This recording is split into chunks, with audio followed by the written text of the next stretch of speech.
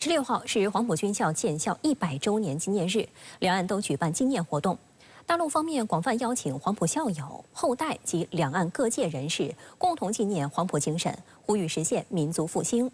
而在岛内，赖清德等人当天也出席了黄埔军校校庆仪式，并再次抛出台独言论。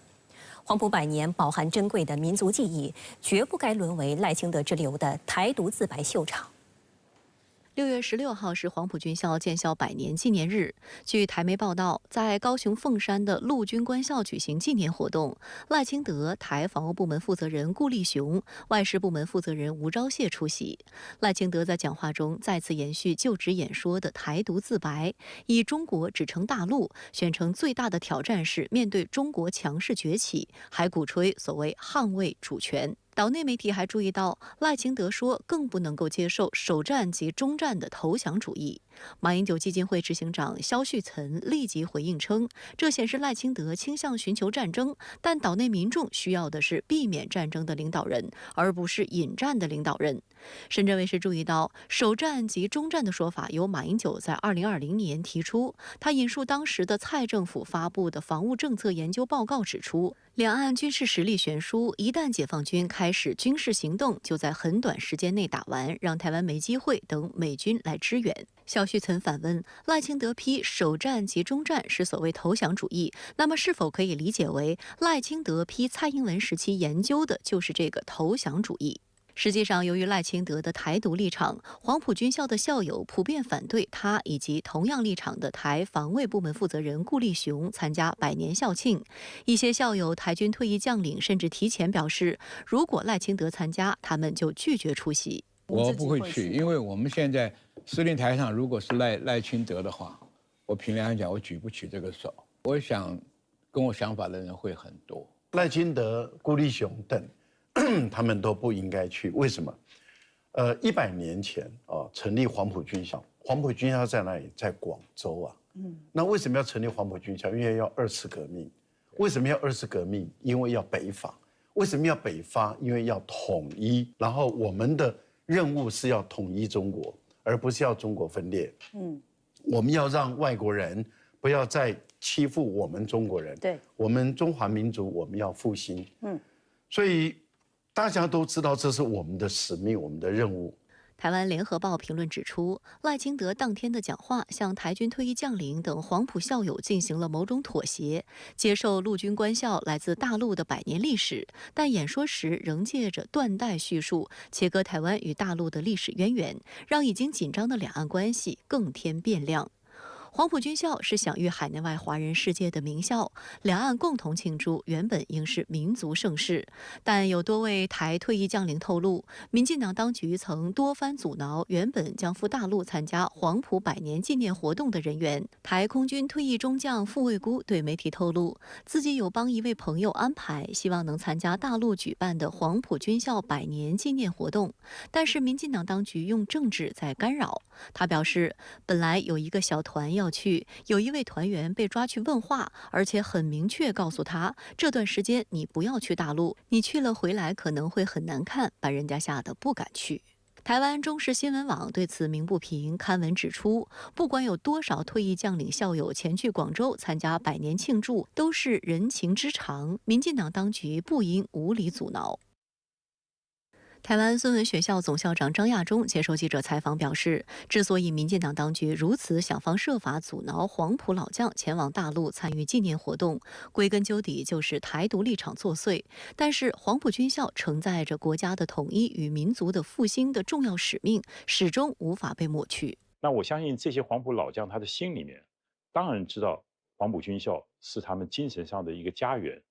整个还是孙中山先生所创立出来的。那黄埔军校当然承载这个非常重要的使命，就是国家的统一跟民族的复兴。我想这2件事情对于黄埔老将们，他们都非常清楚。本月6号，由中国社会科学院、中国历史研究院等主办的孙中山与黄埔军校纪念黄埔军校建校100周年学术研讨会在北京举办。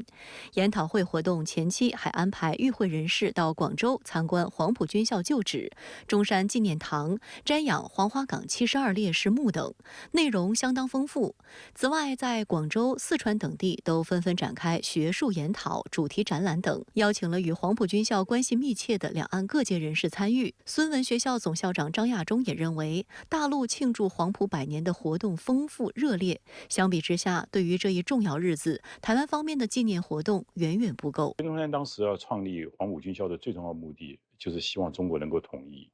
统一以后国家民族能够强盛这是毫无疑问的。那两岸的黄埔大家师出同源，所以说黄埔军人们和他们后辈们大家的交流就非常非常的重要。我觉得它是一个重要的一个象征性的意义。我觉得双方面黄埔的后人，一些相关的一些团体，大家可以多多的交流，把黄埔的精神发扬光大。我觉得这对于中华民族，对于两岸来讲，都是件好的事情。黄埔军校建校100年之际，一些黄埔同学痛批赖清德台独主张，呼吁传承黄埔精神，实现民族复兴。郑重的宣誓，驱逐台独，复兴中华，为民族立心，为国家立命，为同胞继绝学，为子孙开太平。针对有台军退役将领在岛内黄埔100年纪念活动中呼吁驱逐台独、复兴中华，国台办发言人陈斌华表示，这位退役将领的热血宣誓是字字千钧、句句铿锵，激起了两岸中国人根植心底的浓浓爱国情结，引发了两岸网民广泛关注和一致好评。台湾退役将领在黄埔100年纪念活动中的呼吁，